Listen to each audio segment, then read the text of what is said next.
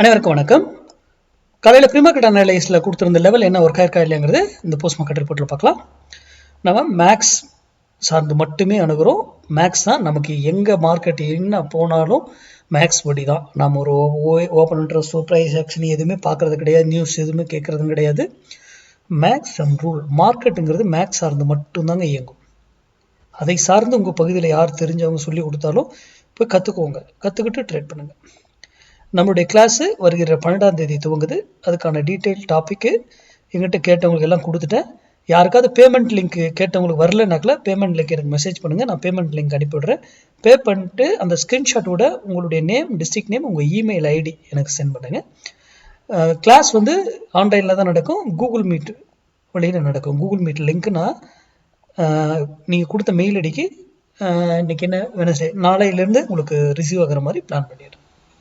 சரி, இப்போது இன்றைக்கி என்ன கொடுத்துருந்தோம் அப்படிங்கிறத பார்க்கலாம். 24,800 கால் 142 ரூபீஸ்க்கு மேலே இருந்தால் மார்க்கெட் அப் சைடும், அதுக்கு கீழே இருந்தால் டவுன் சைடுன்னு சொல்லியிருந்தோம். இன்றைக்கி காலையில் இந்த வந்த லோவை 156 தான், 152 அங்கேருந்து மேலே போயிட்டு நான் என்ன சொல்லியிருக்கேன், ஒரு ஸ்ட்ரைக் ஒரு விலையில் போயிட்டு எதர் திரும்பணும் ஆர் அதே டைரக்ஷன் போகணும் அப்படின்னு சொல்லியிருப்பேன். அங்கேருந்து ஏன் திரும்பிச்சு, தட் இஸ் மார்க்கெட். இதைத்தான் யூட்டிலைஸ் பண்ணி ட்ரேட் பெருசாக எடுத்திருப்பாங்க. அப்போது யாரை பை பண்ணணும்? எகைன் பாருங்கள், 142 வந்து என்ன பண்ணுது, இதெல்லாம் ஃபால்ஸுங்க. இதெல்லாம் ஃபால்ஸாக ட்ராப் பண்ணி ஏமாத்துறது. இதெல்லாம் எப்படின்னு கண்டுபிடிக்க தெரியணும் மேக்ஸில்.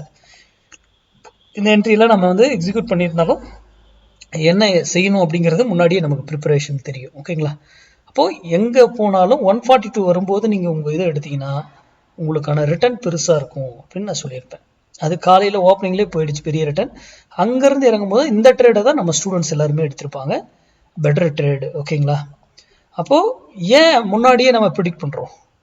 மேக்ஸை படி வச்சு மட்டும்தான் நம்ம ப்ரிடிக்ட் பண்ணுறோம். நம்ம ஏதோ யூகத்துக்கோ கெஸ்ஸிங்கோ இதெல்லாம் கிடையாது. மேக்ஸ் 1000 பாயிண்ட் ஏறினாலும் என்னென்ன வேல்யூஸில் ஏறும், இறங்கும், இறங்கினா எந்த வேல்யூவில் சப்போர்ட் எடுக்கும், எங்கே ரெசிஸ்டன்ஸ், அங்கே எப்படி அதை கன்சிடர் பண்ணுறது, ஃபால்ஸாக இருக்கா உண்மையாக தான் இருக்கா, எல்லாம் தெரிந்து தான் நம்ம ட்ரேட் பண்ணுறோம். அப்போ மார்க்கெட் இங்கேருந்து ஏறும் பொழுது என்ன இருக்கும், மார்க்கெட் ஏறி இருக்கும். காலையில் இங்கேருந்து மார்க்கெட் இதாகும் பொழுது ரிவர்ஸ் ஆகும்போது இறங்கி இருக்கும். Simple logic. Market support and resistance வைத்து ஆப்ஷன் பையிங் தயவு செய்து பண்ணாதீங்க. நன்றி, வணக்கம், வாழ்க வளமுடன்.